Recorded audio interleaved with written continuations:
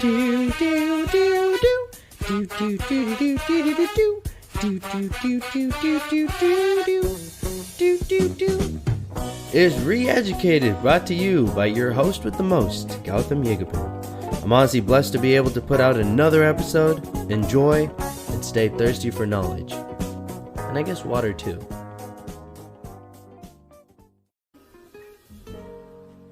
I hope y'all are having a great week.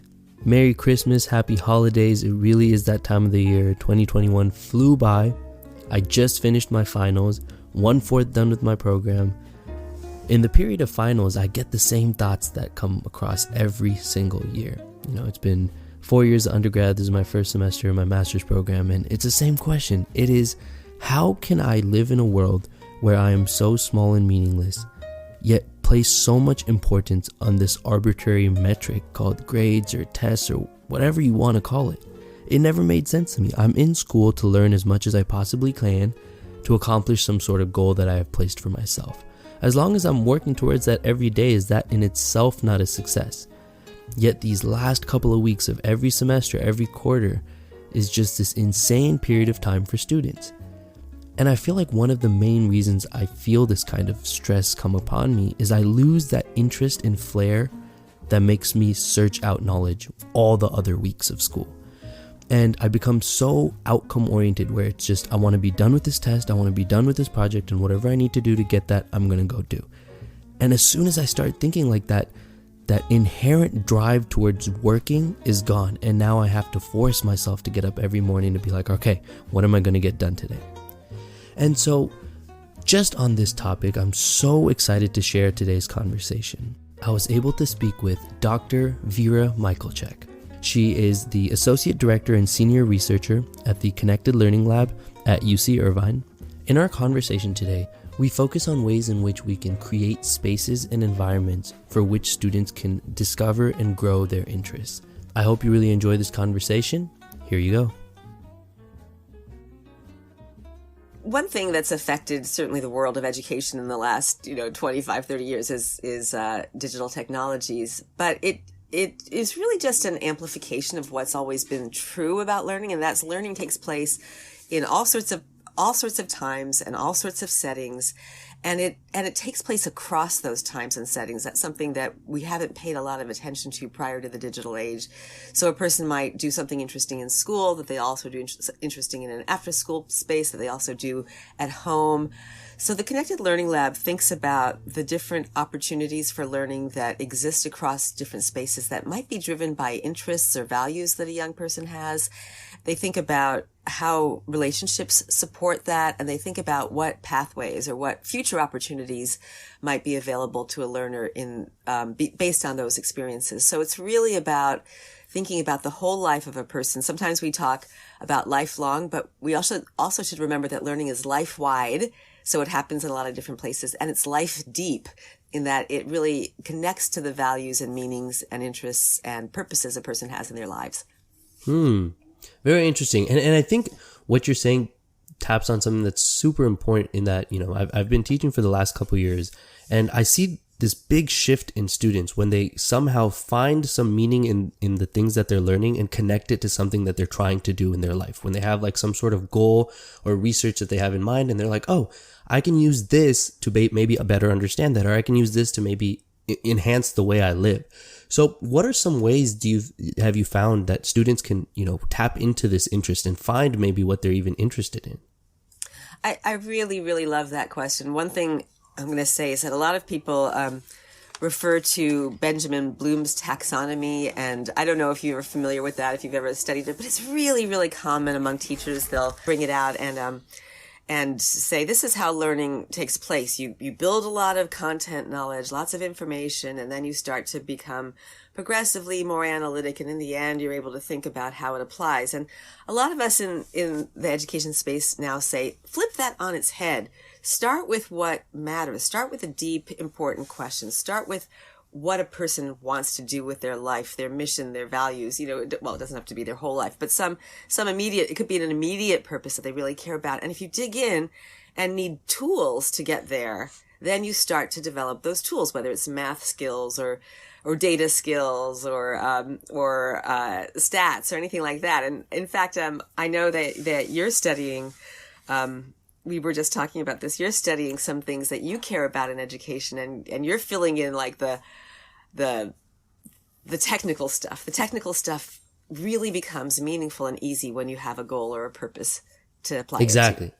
Exactly. And so I guess a question that I would be very interested in is that would work for people who are maybe, at some developmental point in their life. What are some things we can do, as kids start to learn at the age of 5? Can those questions be asked to students that young? Oh, yes. I'm going to refer you to Reggio Emilio. It's a preschool it's a preschool philosophy. And it's such a beautiful thing that Reggio Emilia refers to a town in Italy. And it's a town where this sort of started, and they have some really, really deep practice in this area. They've been doing it 20, 30 years. I don't know. But my education colleagues at the Exploratorium in San Francisco, which is a very revered and renowned institution for hands-on learning, for learning out of passion. And you might have been there yourself, being from that area, growing up there. They study the Reggio Emilio process, and it's a preschool program where they listen to kids when they're verbal, they talk to kids, and when kids get excited or interested in something, say why spiders have 8 legs and insects have 6, they go hog wild deep into it and let them explore and build and design. I sometimes tell people that Ellis's kindergarten, my son, we have a mutual friend of my son. I'm sorry I use that name casually, but my son, his kindergarten program, they studied penguins for 13 weeks in kindergarten. And what they did was engage the kids in a natural curiosity about these flightless birds that live in this freezing cold place. Almost no kid is not interested in that. And did their math, did their language, did their science, did their art. They did everything through penguins. And it was the most amazing, wonderful experience. And that's capitalized on a natural curiosity about these weird birds, like dinosaurs, preschoolers. So there's so much kids have natural curiosity in that you can just go super deep into on all the other aspects of learning, all the kinds of more technical things. I don't want to lump grammar or arithmetic into a technical category. They're beautiful. They have lots of logic and meaning behind them, but they're not necessarily inherently interested to a child until that child links them to something else. You made a really good distinction there. I think I am using that now to kind of tweak my own understanding of that. In that, I feel like when you're speaking to maybe an adult in education or someone who's a little older, you may ask questions that are more directed to like, why do you feel like your work provides you some sort of meaning? But when you're talking to a kid, I don't think they're necessarily thinking like, why is my curiosity important? They're just curious. And then it's not that extra level. That's brilliant. That's beautiful.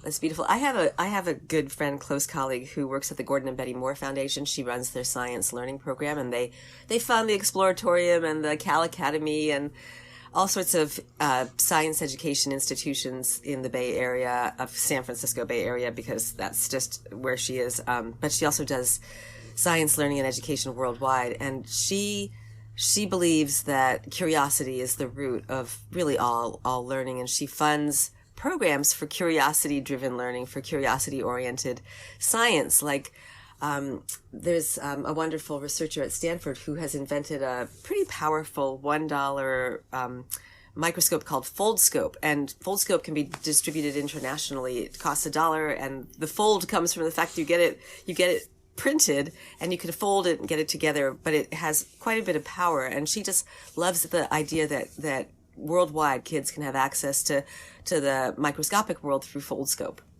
Wow. A small invention like that can completely change the trajectory of someone's interest. That's amazing. Beautifully, so beautifully said. So beautifully said. Yeah, so, one thing I feel like I personally have trouble with, and I think a lot of people will relate with this, is some of the best knowledge can only come through constant, work at something. So that persistence, that teaches you so many skills on how do you overcome defeat? How do you define success to yourself as you continue to work on something? But there's another part of me that just loves novelty. I want to keep trying new things. I don't want to sit and do something that I've already done. So, especially in terms of interest? How do we as an education system go about balancing that? I think that's also an extremely perceptive question, because I also am sort of a novelty-driven person, but there are things that I can't kind of get enough of because the questions aren't answered yet. And I think that gets back, to this point about curiosity. If curiosity is allowed to develop, people will be attracted to things where their questions aren't answered yet. And that keeps going. My questions aren't answered yet. My questions aren't answered yet. And I think it comes back to, honestly, I rarely reference brain science, but I think we both are attracted to novelty and attracted to depth.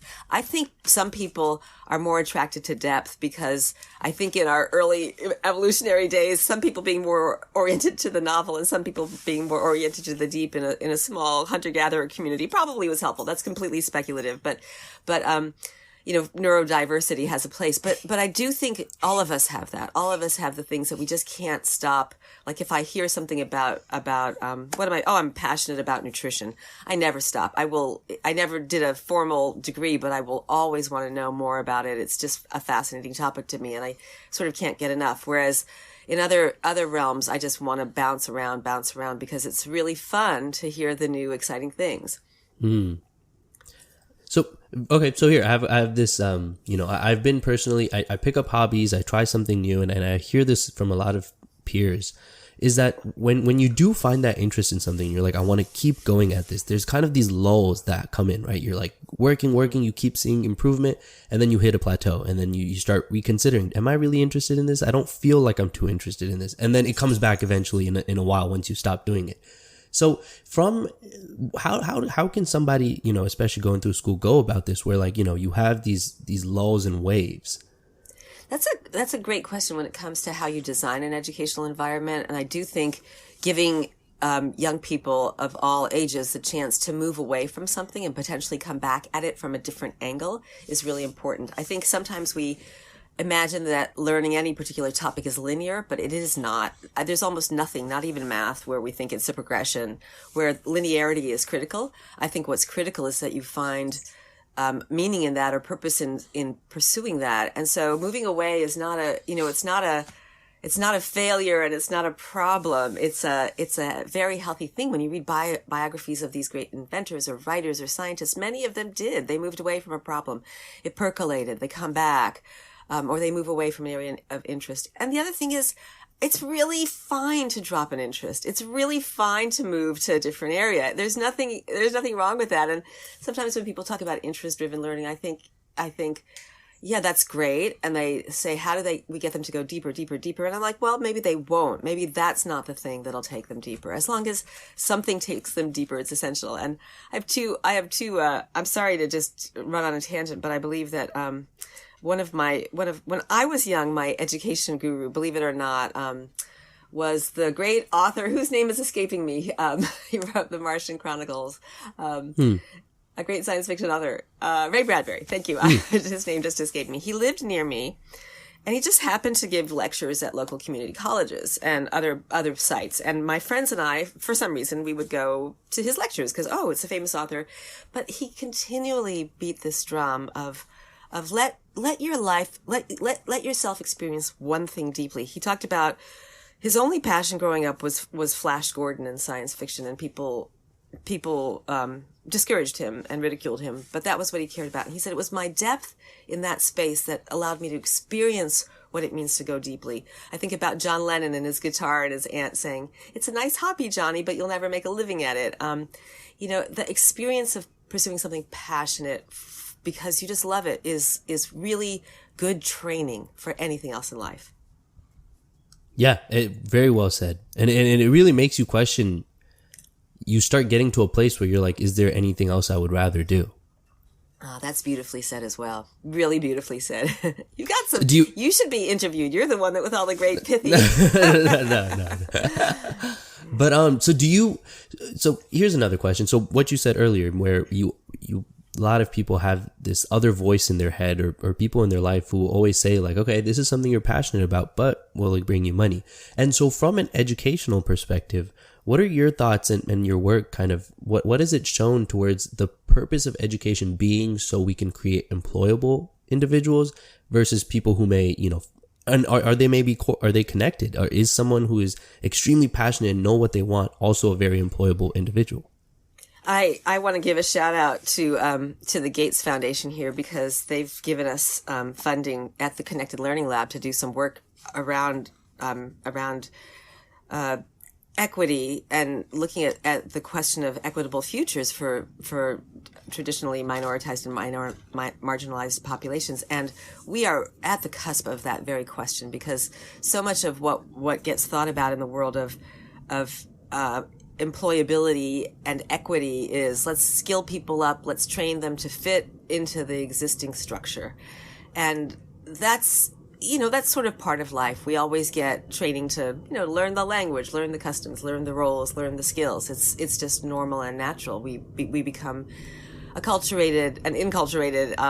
But there's also this question of where do we learn that we have agency and power to make a change? And for a lot of the organizations we're working with in this, with this Gates funding, they do both. They will give young people a chance to learn skills, to work for a Google or whatever, or to be employable immediately. But they also ask them to question the power structures and to think about what matters to them from their upbringing, from their community, from their own sense of what matters in life. And I think one can do both. I think a lot of people in their professional lives may have prepared for a career, but they keep their ears and eyes open to always think, how do I make it better? How do I make the world better? How do I take what I really care about and turn that into something that ultimately, makes a difference? I was just talking to a very old friend. Her daughter was a few years older than my kids in school, and she worked for, I think she was a programmer working for some large corporation, and she just quit and went to work for a local community-based, social justice-oriented organization. And everybody, has that option. We're in a transition time around money, around social structures, around values, and I think it's this bifurcation. It's the two halves of our minds and our hearts and our souls. How do you live in this world but keep your eyes and ears open to make the change or be the person you really want to be, maybe an artist or something else like that? Wow. Yeah. And that bifurcation that you're talking about, I feel like I feel that present in so many aspects of my life. There was this nice 2-word, it was said isolation versus intimacy, is finding that balance between the two, wow. Yeah. Beautiful. And I guess my next question would be, now that you have kind of identified some of these traits that you look for in a quote unquote good education system, what are ways in which we can actually evaluate this? How do we know how close we are to this goal? I love that question too. Traditionally our evaluations, a lot of it has focused on measuring individuals, which can be very effective. I love something actually I'm going to give a shout out to my brother. Brother once, he said, what we really should do at the end of every science course to evaluate both the students but also the teacher in the course in the school is say, do you want to take another class like this? Do you want to do more of this? That should be the evaluation. And if the person says, yes, of course, then we know we've done a good job. And I love that. I love that approach. We should be thinking about where we see excitement and engagement on the part of young people and what kinds of environments make for excitement and engagement. And there are teachers in schools who do that, who make almost everything something that children will want to keep learning. And there are teachers who, unfortunately, might discourage, what we sometimes say deactivate, the science curiosity, because they themselves haven't been given the wonderful experience of, say, hands-on science. And so they use book learning. I was working with a wonderful elementary teacher once. We were doing a science program. It was actually in the greater Chicago area, and it was a beautiful area near the Yerkes Observatory, which is connected to the University of Chicago, and they have wonderful programs. And I'm giving shout outs to people who deserve to be given shout outs to, as you can tell. But we built solar ovens and looked at the way heat could be concentrated and related that analogically to the big telescope, but just fun stuff like that. And she looked at me and said, "This is science?" I can do this for science. And we said, heck yeah, this is science. She said, oh my gosh, now I know I can teach science. And it was, it was just a glorious moment of revelation for her, an epiphany. And teachers need these epiphanies as much as students do. And it's hard. I mean, to teach like that takes a certain level of creativity, passion, and something, I feel like what happens is teaching is one of those jobs where it is extremely dependent on how you're feeling. If you're having a bad day, you're just not going to be able to put in that effort. And it comes with a certain level of experience, but at the same time, you don't want to have gotten bored of that. Like, I like when I see that spark come in a student, So how would you say, you gave a really good example of asking the students after, but what are some things from a policy perspective that do you feel like we could actually enact to measure that, whether they would take the class again or not?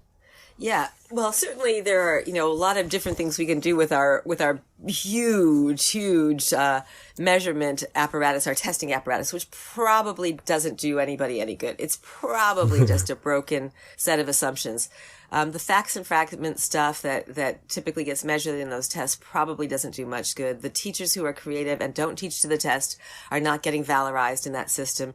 And the ones who do teach to the test are being, the creativity is driven out of them. So I think that whole thing needs to get not just revamped, but really reconsidered at some very, very fundamental philosophical levels. You mentioned philosophy.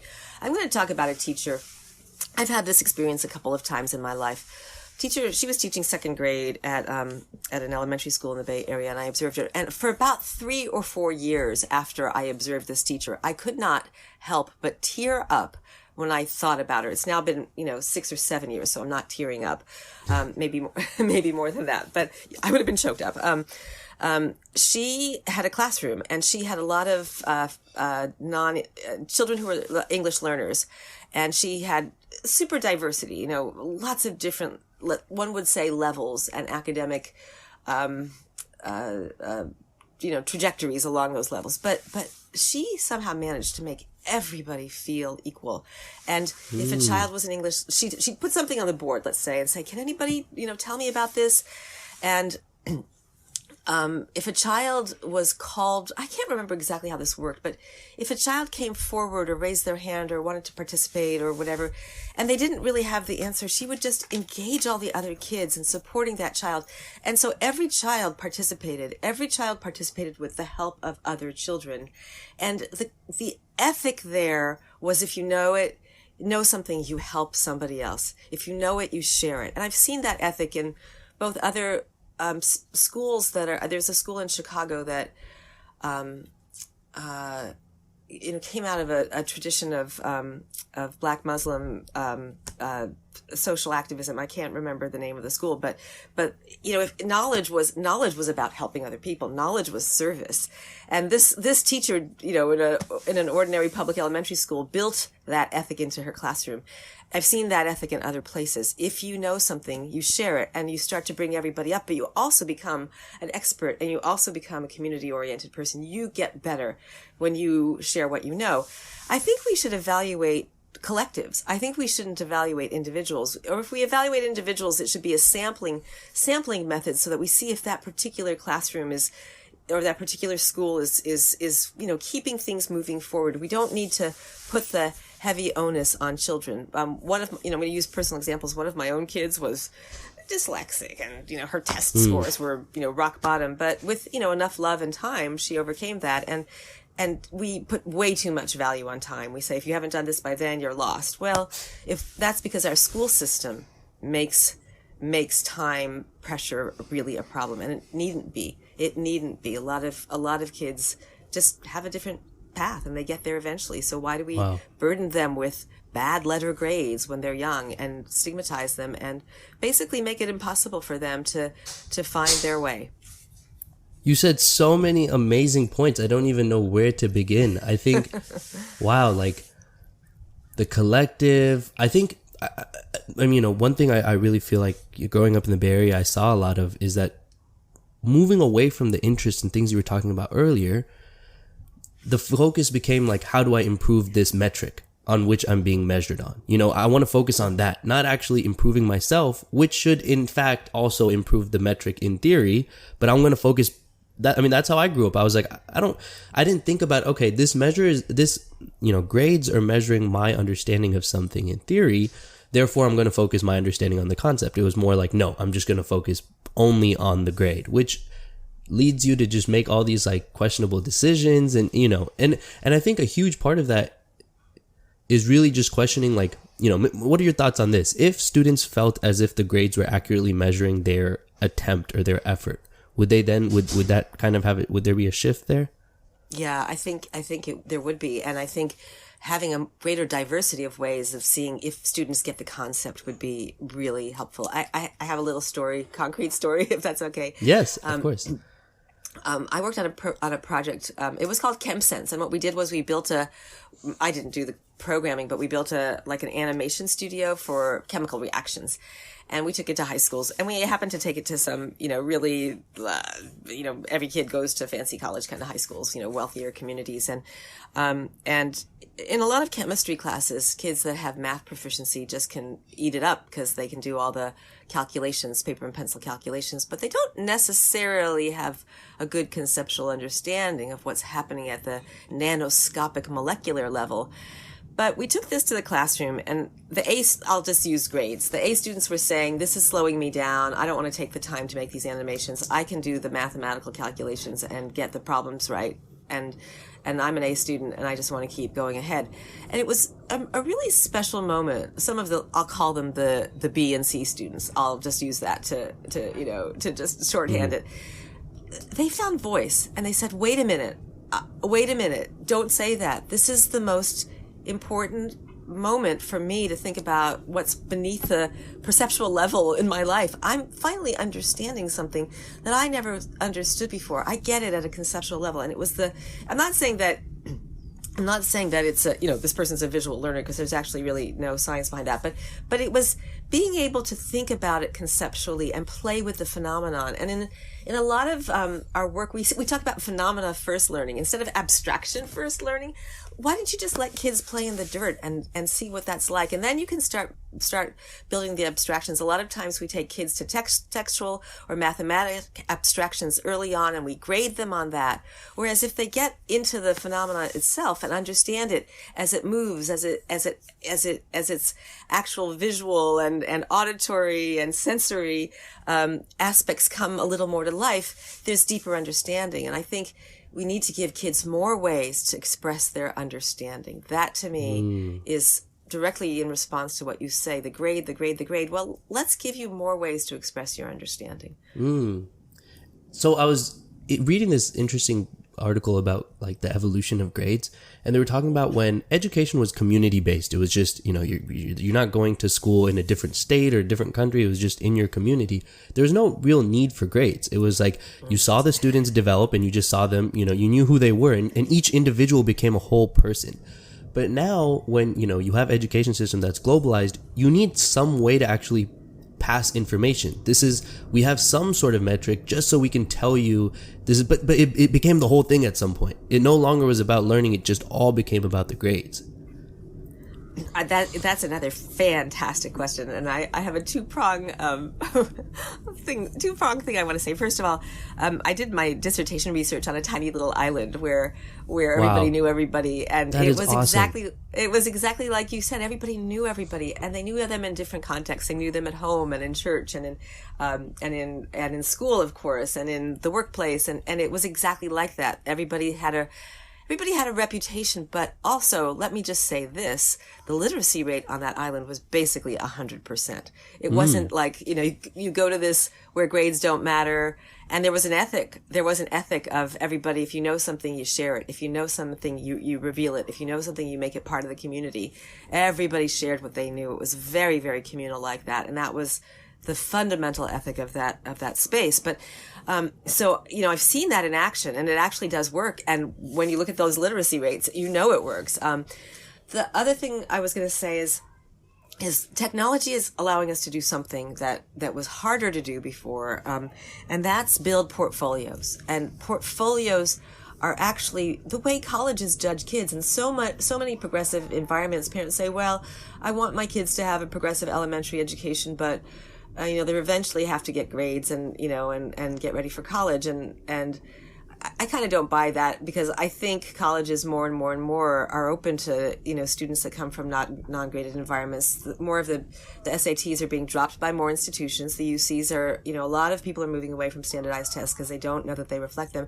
But technology allows young people of all ages to start to put together portfolios of what they know and what they can do, and to demonstrate their capacity to create. And I think the capacity to create is really underdeveloped in our society, in our educational system, whether it's writing, whether it's doing some interesting mathematical problem, whether it's, building a contraption. Think about the maker movement and what the maker movement allows young people to do when it comes to creating things that reflect multiple different ways of learning. And so I think we're going to be able to more effectively leverage technology to assess, to allow people to show what they know in new and different ways. Interesting. Okay, so I have a question. I have this question for you.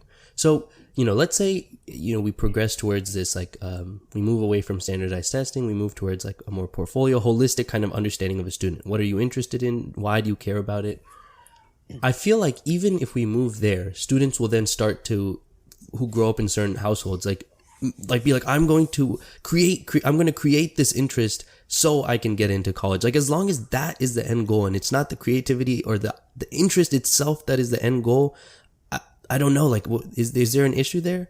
Yes, there is a huge issue there. And I think I think that you have hit the nail on the head, the $64,000 question. Well, that's from the 50s, so I shouldn't use that analogy. But I think that in and of itself is one of the hardest questions. And that comes down to the issue of equity. There was a dispute, and it was about 10 or 15 years ago, so it wasn't fresh, but badging. Let's use badges instead of grades. And I'm like, badges are so, such an obvious place for people to game the system. It's so easy to get, badges are kind of just a more colorful way of doing grades. Can you explain badges? Sorry. Oh, I'm sorry. Badging is, instead of grades, it's kind of, think about a Girl Scout system. I think it's great in Girl Scouts, or Boy Scouts. When you do a certain number of activities in an area, you get a badge to say you did, and it's really quite lovely because you've engaged in those activities. They can be done pretty superficially, they can be done pretty deeply, and the badges are beautiful, and you can carry them around. Well, the idea here was to instead of grades, kind of have this worldwide system of badges, and I was like, you're going to have the same problems.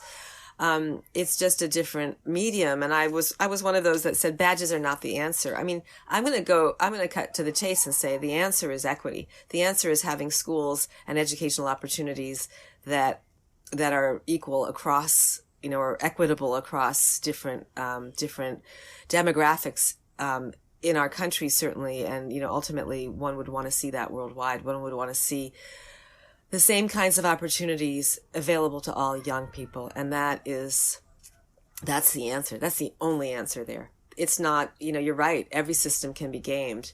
Now, do some of these pathways make it a little easier for some young people to show who they are, even if they are in a relatively impoverished environment? And I'll say that because we know that young people in the least, well-financed schools have the most rote, do a bunch of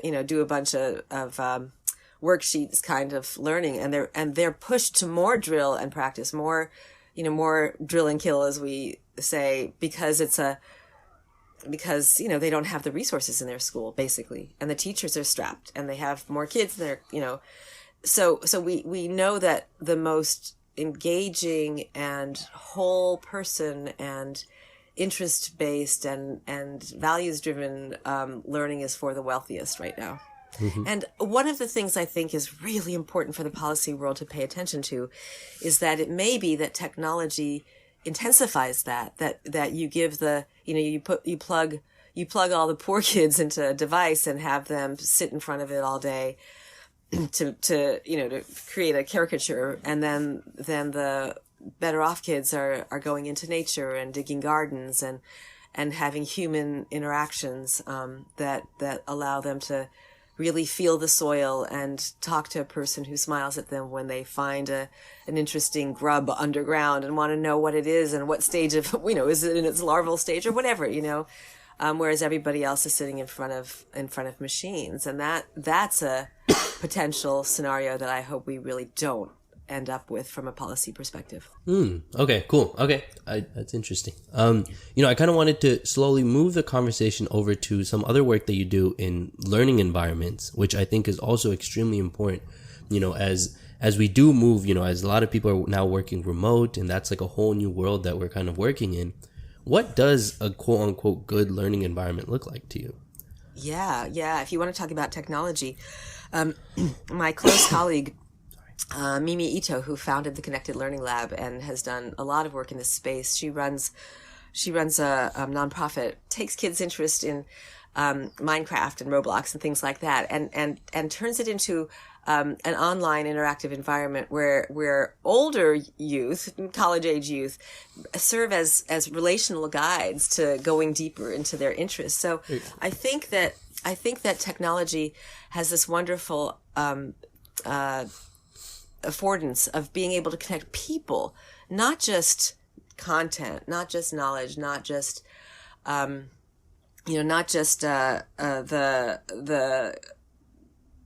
stuff of learning as we think of it, but really connect people and connect opportunities to learn further together. So I would suggest that we look at some examples of places where technology has been used to bring people together around interests. You think about some online communities like Ravelry, and certainly there are plenty around gaming and things like that.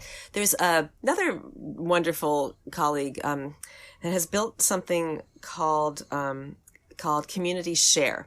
And what Community Share is something that I've imagined for 15 or 20 years would happen with technology. And somebody has built a wonderful platform for it.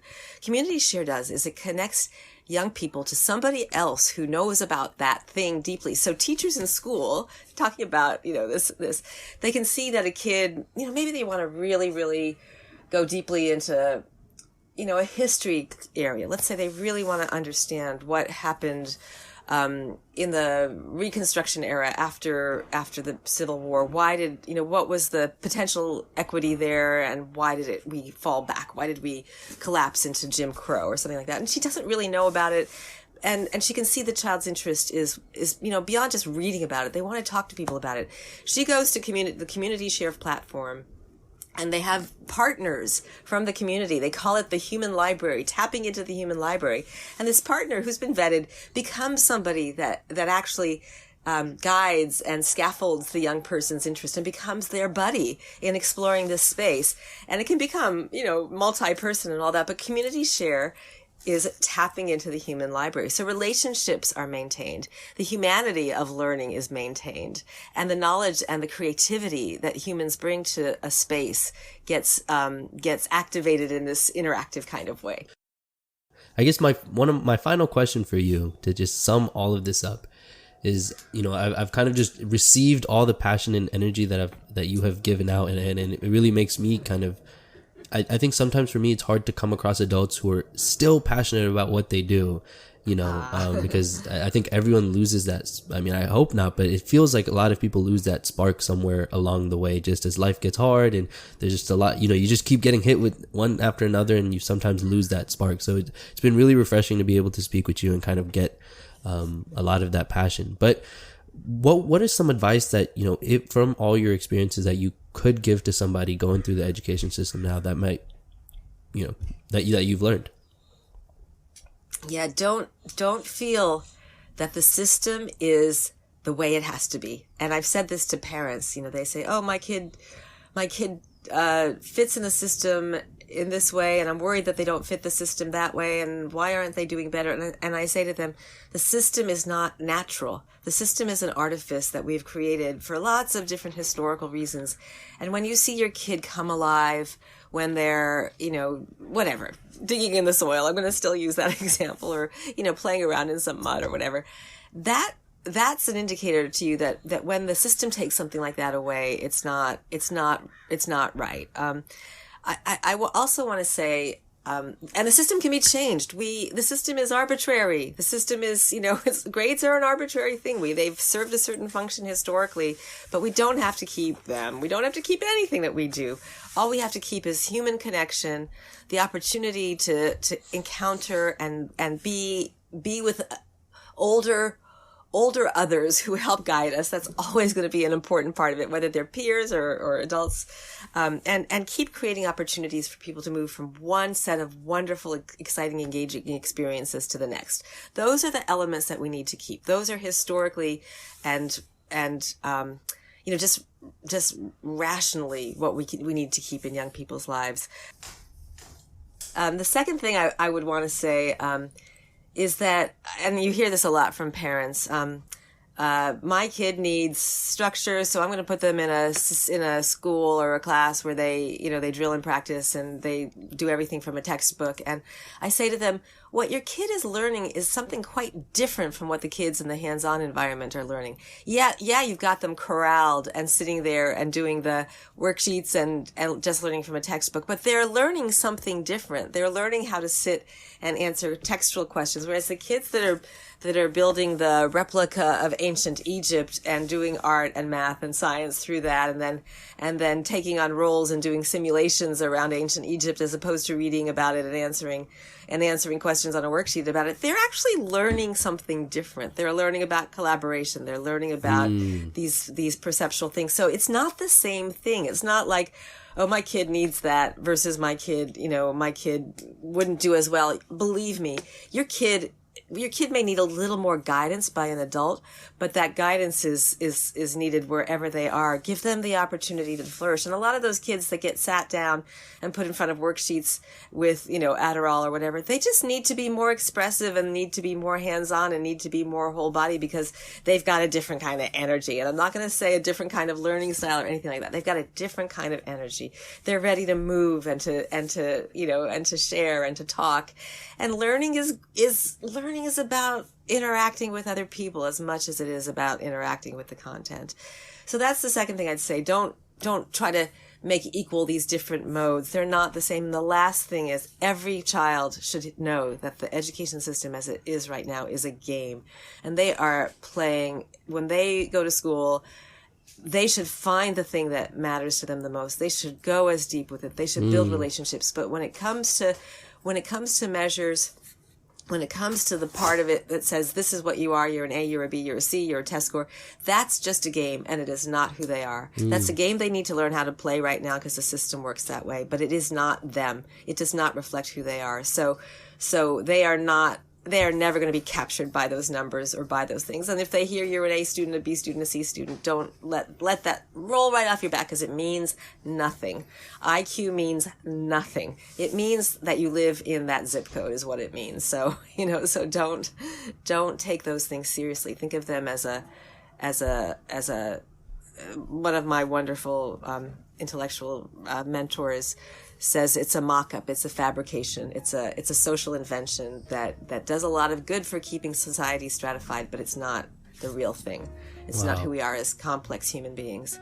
Wow. Well said. I mean, once you're able to look at it from the outside thinking, okay, it's just a game, these things just represent whether I'm playing the game right or wrong, but it actually says nothing about me as a human being. It kind of just makes everything else pretty low stake. Yeah. And you can enjoy it and you can really, find what you enjoy. And wow. Yeah. Okay, that is amazing. Thank you so much for sharing all of that. I had such a fantastic time speaking with you.